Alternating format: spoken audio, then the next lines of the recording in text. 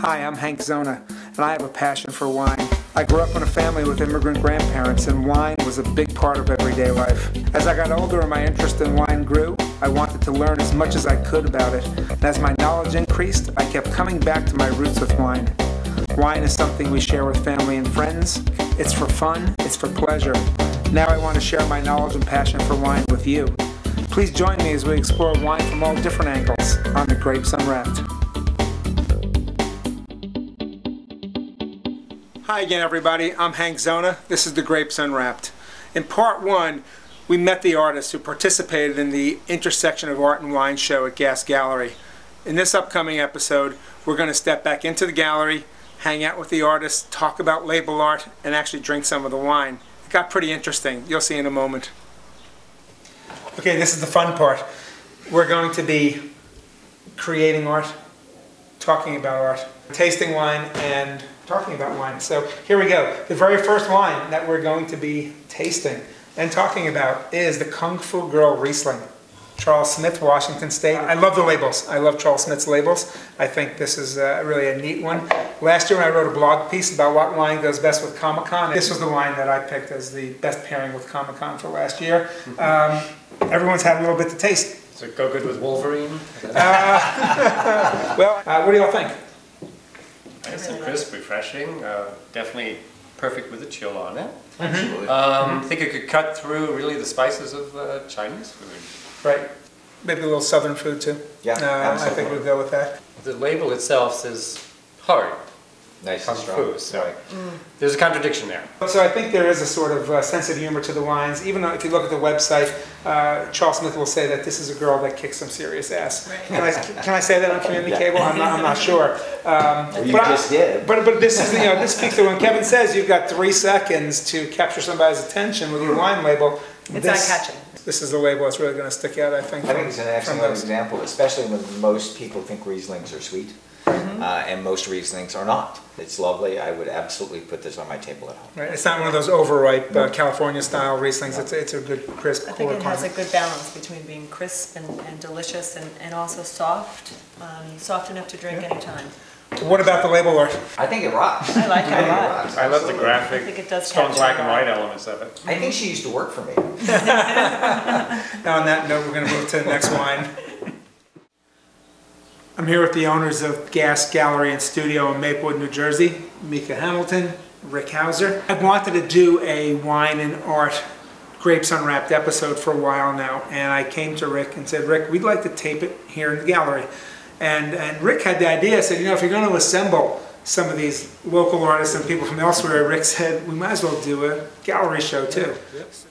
Tell me about Gas. How long have you guys been around? What are you doing? Well, Rick and I were looking for a space, a creative space. Rick wanted to expand his exhibit platform from his framing shop, and I, as a photographer and graphic designer, needed a kind of a home-based studio to do my portraiture work, and Rick and I just had a similar palette and vision for what this kind of place could be. When this opportunity came about, we just felt that it was a really kind of a perfect blend, pun intended, with the wine, that we mixed the art and the wine, and the wine art talk and the exhibit. It just seemed like a natural fit. I agree, because there's emotion and connection behind both and actually between both. You're native to the community. Yes. In my life, I grew up around art. My mother's an artist, so she was very involved in the arts in Maplewood. And what I've seen with this area is that we've had a huge influx of people from New York, from Brooklyn, from Jersey City. The community itself is incredibly creative.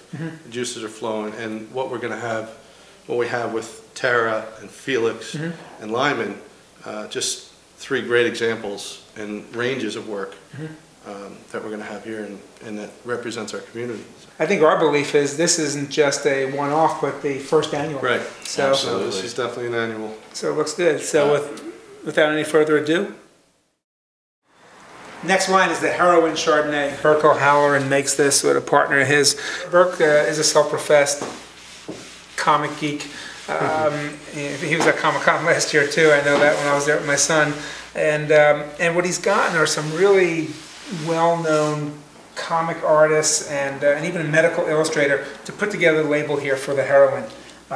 He's very pretty. The name of his wine is Iconic Wine. That's the name of his wine company. He has a couple of rosés coming out in April called Secret Identity and Secret Ingredient, and that's done by Cliff Chang, who's doing the Wonder Woman remake, if you will, in comic book form. So he's got some people behind the artwork who have some chops. What do you all think of that label?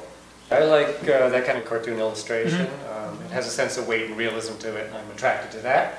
So does the wine.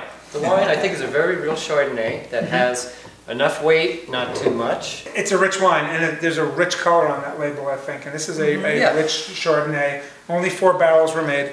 He said to me he's almost sold out of his first run, which congratulations to him. And neutral oak, so you get some of that vanilla, that mouthfeel richness. You get the oak, but it's not overblown. Well, I think Chardonnay. I think it is definitely old world style, extremely well balanced. I mean, you get vanilla, you get the oak. If you are a fan of something that has lots of character in your daily drinker, that's absolutely lovely. Absolutely. Still get that little acidic tang though there from the fruit, which you don't find in a lot of the overproduced California Chardonnays. So that's nice. And I think the artwork is iconic. It's an American comic book. So I think that also lends itself to the name of the wine. Yeah, Pretty cool. Yes. They needed it. Good. Cheers. Cheers. Let's move on. Absolutely. So I wasn't going to open this next wine. Just wanted to show the label, but we had a colorful conversation off camera about it, and it's also something that caught Felix's attention. So I really want to address it with him. Krios is Susanna Balbo's second label. Krios means offspring, and the logo here was taken from a piece of Mayan art. And Susanna Balbo is the first woman, first lady of Argentine winemaking, has a couple of children, and they work in the business too. So what's depicted here in this graphic is the mother's hand, a couple of children's hands, and a couple of children's hands, yeah. What do you think? 2 left hands. 2 left hands. I think it resonates. I think it has a little bit of a timing issue with the way that the line flows, but I think it has a nice personable character to it. This one I like. This is a rosé of Malbec, and it's kind of like our house rosé. It's a beautiful rosé, and especially rosé of Malbec. So you get a little bit more fruit. Yep. Has a richer red for Yes. Yeah. Absolutely. Tastes a lot of fruit. Talking about the aesthetic here, it's not as polished visually as it might be, but that's probably fitting with the wine. Right. Cheers. Cheers. Cheers. Next wine. I'm here with neighbor, friend, wine guru of T. Edward, John Coyle. John, thanks for coming. Yeah, good to see you. John is truly a neighbor of Gas Gallery, lives right up the block, but he also helped contribute to the gallery show here. Tell us a little bit about your contribution. Well, when Rick called me and said if I had something that I could put in, immediately I thought of Robert Sinsky. Rob is a Parsons grad photography guy. I didn't know that. Has a super passion for photography. There's a whole collection of his photos, and some of them are just absolutely brilliant. Really spectacular. There's one wine that he does called POV, which is point of view. And in the case itself, there's 3 different labels. There's one of a man on a tractor, a sheep in a vineyard, and then just a gorgeous vineyard shot with the mist rising off. Wow. It's really, their prints are inside, and they really are spectacular. And the wines are spectacular wines too. And they're certified organic, which is very cool. Organic, and you could tell they're well taken care of. If you think about winemaking in general, it's very much like a painter with a blank canvas. So a winemaker starts with grapes, and then he's going to decide what he's going to do with those grapes. First, what degree does he pick them at, so the ripeness level, sugar levels, how sweet, how dry. Second, how much oak he wants to use, because oak is an ingredient that gives something a spice, it gives it a tannin and a texture. So the winemaker really decides what he wants to do, much the way an artist will take a blank canvas and he'll decide what's going to be on that canvas. So I see them very similar art forms, really. You especially see it that way because T. Edward specializes in artisanal, small batch production. So it is not mass produced. It's truly artisanship, just like the artwork that we see here in the gallery. It is. I've traveled the world looking for a lot of great wines, and if your winery was a quarter mile from your house, or your house sat in the middle of a vineyard. You're walking through the vineyard, your kids are walking through the vineyard, your dog is walking through that vineyard. Chances are you're not using toxic pesticides and herbicides and Roundup, so that's just the natural kind of, you know, when I meet a winemaker, first thing I do, I can tell whether he's a real winemaker or somebody else making the wine, I shake his hand. Interesting. Because if somebody really makes wine, it's like an old vine. Right. And that's interesting. That's really, that's true. They literally have their hands involved in the process, as opposed to someone who might show up for a photo op once a year. You and I can talk about wine for hours, and we're gonna get together again sometime and actually talk about wine, do a show, just you and I. But thank you again for coming. Thanks for walking down the block. I appreciate it. Right. Take care. See you. We'll be back. We're on to the Deep Purple Zinfandel. Kevin and I had the conversation already about the label art. It's as close to an old world style that we have because it has zero residual sugar. Three things that I always think of with this. Pasta, sweet protein, so those sweet sauces, lasagna, spaghetti bolognese. I also think of pizza, burgers, fries, and ribs. Okay. Oh, this is so perfect with ribs. Now here's the deal, you get compensated to talk about this wine, and you do. I do. I can't beat that. First of all, what do we think of the label? Disregard what you Okay. Disregard what I love the 60s retro feel of it. I think the artist did a great job graphically. It captures the age, but still shows illustrative competence. I love it in poster form even too. I think that looks we appreciate it more. The wine itself, frankly, is one I would love to bring to parties because not knowing what they may be serving there, it's strong enough. It would back up, you know, my sort of self-imposed wine reputation. Well, it's not just self-imposed, obviously. If you had no wine reputation, you wouldn't be here today. So it's I love how the label has suggestions like "drink me." And the other note on it is that the band has actually reached out to us, and we're talking to them about possibly featuring it on their website. Very nice. So Deep Purple's coming back. Well, you know, they never went away. They just didn't come back to North America. And their latest album is actually called Have a Sip. They became Is it Medium really? Violet. Oh, wow. How perfect is that? And Felix, you picked up on you were looking at the back label just now, the Are You Experienced? Yeah, Which is pretty cool. It really kind of ties it all together. Right. Sure. I Brings think back an age. this is probably, well, it is my favorite of all the labels. And I think the wine really matches the spirit of the label. Right. It's really pretty fun, and it was Would just this be similar, I don't know the historic palate or not, would this be similar to Zin you would have tasted, say, back in 1968? Yes, absolutely. Before They all muscled it the up. high alcohol muscle, hot rods in. Right. The testosterone leaders. Yeah, Except the only difference is you're not aging it in redwood.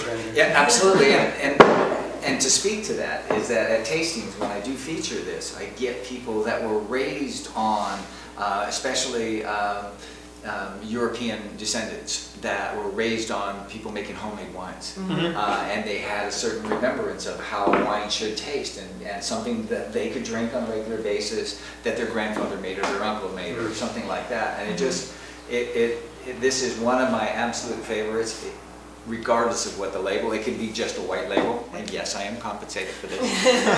But I love having a wine, to speak to what you just said, is I love having a wine to walk into a group of people that I don't know anything about and have total confidence that people are going to look at this and they're going to have that face. It'll work. That face that goes, This is good. It'll appeal to a broad spectrum. exactly. To be honest with you, this is one I would love to taste after it's been decanted about 2 or 3 hours too, because I'm starting to get sort of more earthy and No, I'm completely with you. It's I'll called say herbal elements out of it that did not happen on his first pour. a little bit of shroom. Okay. So on that note, I'm going to say cool man, and let's move on to the next one. Cheers. And peace. That was delicious.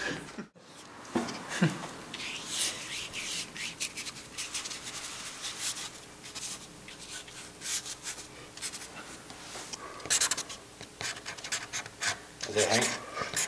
Yeah.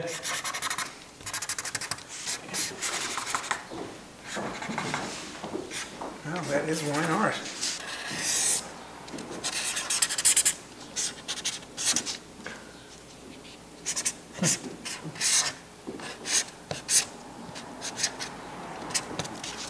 My crooked nose has been broken 7 or 8 times. Wow. Cool. Thank you.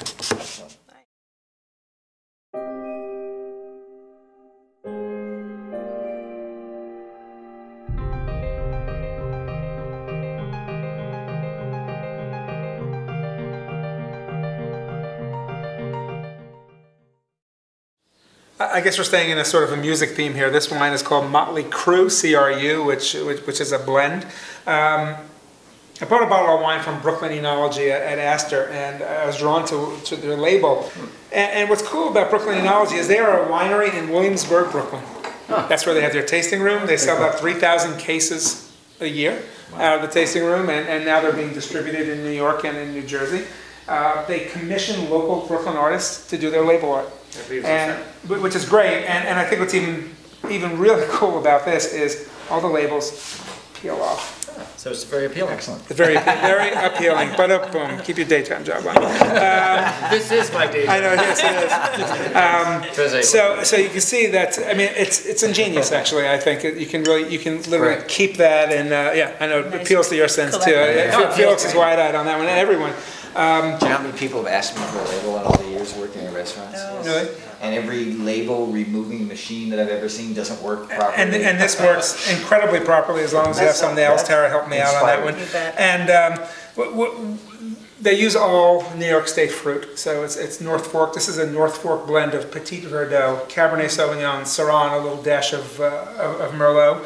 Also, they source from the Finger Lakes. The wine is made out on North Fork at a crush facility, and they sold out their tasting room, which was really it was a great trip to Williamsburg to try some of the wine, try some of the food in that area as well. So I chose the Motley Crue, this blend, because of all their labels, this one really I liked. But let me hear what you all have to say about. It's a beautiful landscape. The scene is wonderful. It's very compelling. I think the purple in the mountains and all that especially does, to sound patriotic, and I'm not, it ties in with the flavor of the wine. Mm-hmm. And I think what they're pulling for here too is you've got those purple mountains majesty, if you will. That's it. But if you notice on the top of the picture, the sneakers up on the telephone. Oh, okay. So they're bringing that, they're bringing that our wines are made out into the country back into their urban sensibilities. You don't drink enough and you wouldn't notice the sneakers. Yeah. You know, that wine that I tasted last week in the tasting room. Same wine, benefited from aeration, and it was a nice, rich wine. It's got a nice mouthfeel to it. It's got a little more velvety than most wines. It's one of the most sophisticated wines. Mm-hmm. Most likely. It has a lot of levels to it. They do make a number of wines, and whites, rosés, and all of them have their own artwork. How often have you been at a dinner party where you really like the wine? Mm-hmm. And you think you're going to remember it when you go shopping for wine? Absolutely. But you don't remember it. So if you could just peel it and take it with you. And so again, those are from the folks at Brooklyn Enology, and they're sourcing New York State grapes, so they're beholden to whatever the weather conditions really allow. Yeah. This past year, some of the wineries out in North Fork, where they probably source their fruit, were picking their grapes in the snow at the end of October, as we know. That's not happening with California fruit. They don't fork around with the wine. Stop, you're slaying me. Bleep. Hi, we're outside of Gas Gallery right now because there's so many people inside. It's actually quieter here on the sidewalk. And I want to introduce my next guest to you, Allie Shaper. Allie, thanks for coming out from Williamsburg. Hey, no problem. Allie is the mastermind behind Brooklyn Enology. And one of the things that really attracted me to Brooklyn Enology was your total commitment to wine and art. Thanks for coming out. My pleasure. Thanks for having me. You said this isn't just a commitment, but this was all part of the plan, was to really this marriage of wine and art. Tell me about it. Yeah. So I had moved to Brooklyn about 7 years ago, and I'd been in the wine business for a while already, and I had been rolling around the idea, gee, one day I'd love to start a wine company, and it just literally struck me over the head one day. Wow, there's other food production companies and whatnot, and other breweries, and why couldn't we make wine here? And then immediately I started thinking about making the wine and the winery an expression of Brooklyn. So I knew that I wanted to work with New York grown grapes. I've been in the New York wine scene in one form or another for quite a while. I wanted to really make the wine, take the concept of terroir and bring it like another step further. And to make the wine an expression of Brooklyn, I thought, what better way to do that than work with local artists? And rather than commission to do the pieces, find existing pieces so that we're displaying what people are doing in the practice of their art from a day-to-day basis. There's always these open studio tours in different neighborhoods around Brooklyn. You're committed to locally produced wine, local foods, because your tasting room has a lot of New York State produced food, and the appetite goes beyond wine and food to local art. So it truly is local appetite for all good things here. I mean, they're beautiful labels, the wines are really nice. This is another one that I love. This is your Sauvignon Blanc. Typically we've selected artists kind of in-house. For this we did an open call out to the community, and we got about 100 submissions, and as a company we selected our 5 favorites and presented them in an art show in the tasting room for about 6 weeks. This is a piece by Margot Walter, and it's really fun. It's called Sunday Afternoon. She takes photographs of herself in these various costumes and then makes a composite. And so this to us we all immediately love this piece. And it goes with the wine. This is a, as I said to you just a little while ago, it's a Sauvignon Blanc that's really Sauvignon Blanc-y, which you don't expect to get from New York State. When you're not in a region that's known for a certain wine, that you don't necessarily, you lose a lot of that varietal characteristic, but this certainly had it, and I thought this was a great label and a wine that went along with it really well. So cool. All right, we'll be back in a moment. Next wine. I love this label. I'm not an artist. This is a real Pulp Fiction-y label. Some Young Punks is an Australian wine company that has really, really great label art. This is a Shiraz Cabernet blend, roughly about 50% of each, and it's called Passion Has Red Lips. Talk about a Valentine's wine, right? This is a cool label. It's got the redhead on the label, so I'll throw it to the redhead to give me the first comments. In red pants. In red pants, yeah. I love the nod to the 1950s and the playfulness of it. It also has a bit of an eeriness to it, like, you know, we don't know what's going to happen next in this illustration. Sort of like this shoot. Yeah, true. And I love that the typeface looks like it's written in lipstick. Right. See? Elements of seduction. It's funny, when I think of a Shiraz or any Australian red, I think really super ripe, right? Even ultra ripe compared to some of its California counterparts. But this came in about 14% alcohol. Wow. So it wasn't quite big and jammy, but let's see what we think of the wine. Oh, sexy wine. It's got a nice mouthfeel. Pun intended. Yeah, but nice mouthfeel. Absolutely. I have gotten, offense Australia, burnt out on the big Shirazes. This has a sophisticated element to it that I like. Like the Deep Purple, not as austere as its counterparts. Right. Again, not as high, not overly ripe, not as high in alcohol, but still a lot of that varietal flavor in there. I'm interested though, generally, if you may not see a trend towards lower alcohol wines becoming more popular. When things start to get overly done, I think the best example really is the over-oaking of Chardonnays in California. Now people want less oak or no oak, and you see the markets responding to that with the naked Chardonnays. A lot of wines being labeled as naked because there's no oak and very little to no malolactic. I wouldn't. That's how some people pronounce Newark. Newark. Yes. That's a little hokey. We're going to go down next to joke. So yeah, there is sometimes a pushback, if you will, and people don't want those overly ripe, high alcohol wines. Like, you have to have them with a specific kind of food, or you have to sip on them. I think the pushback that you're talking about is the market, is that people are saying, I don't want something that I can drink on a regular basis, and it needs to be under 14%. Right. I think the point too is very right on, is the fact if you've drank wine for a while, if you've gone this twisted path for many years, you can be attracted to these big wines. This is indeed a twisted path. Right. After a while, it's sort of like, okay, I've been there, done that. It became tiring. Lead me to something new. Those tend to be the more layered, sophisticated, I would say, old world wines. Right, where there's more nuance to them. Yeah, exactly. I've reached an age where I don't necessarily need it in my face. So again, we have what we have is a more austere wine here, I think, but with a really nice mouthfeel to it, I think, and it's well done, and we love the label.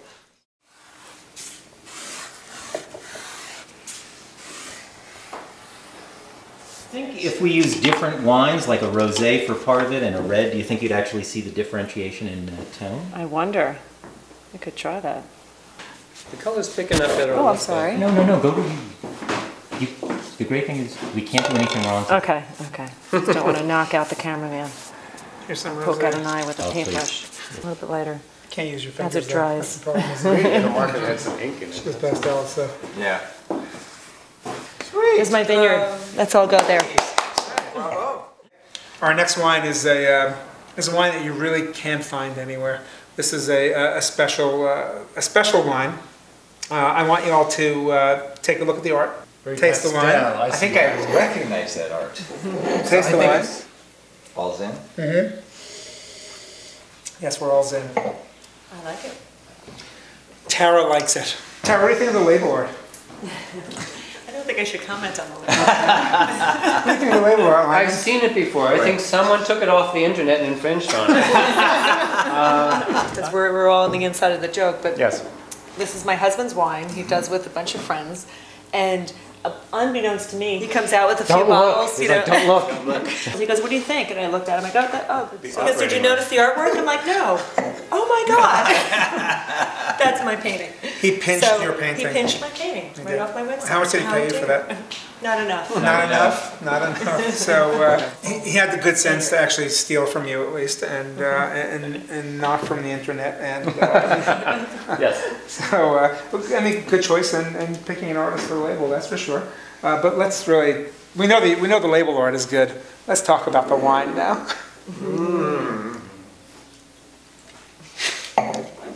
Felix, you're making faces. Are they happy faces? Each time to breathe. It has an initial alcoholic bite, but it has a layering of flavors that will be very good. I think if you decant it just a little bit and put a big plate of smoky ribs, this would be a great Right, you know, you've got some. It's definitely an acidic wine. He's got ribs on the brain. He does. He does. So we're coming over to your house for smoky ribs. I'm going to and, New York That's and one of having Bernie's some specialties, ribs. actually. So Oh, it'd be really? perfect. Felix, what do you think? I think it's a little sweet and bittersweet, maybe. Okay. It might need to air out a little bit, but I think it's got the potential. Okay, cool. Should Ernie keep his daytime job? Yeah. Yes, Yes, he should. Yes, he should. Right. I think we agree with that. Again, it speaks though to the kind of the fun aspect of wine, that social aspect of it. He gets together with friends. They make wine every year. He had the good sense to put good label art on it. This is a good drinking wine. I would sit down and drink this wine. It's made at one of these winemaking facilities here in the state with grapes that come in from California. It's a good wine. Cheers, cheers. Tell him he passes. That's not trying to be. It's not. It's not testosterone. free. It's not trying to be a cocktail. Right.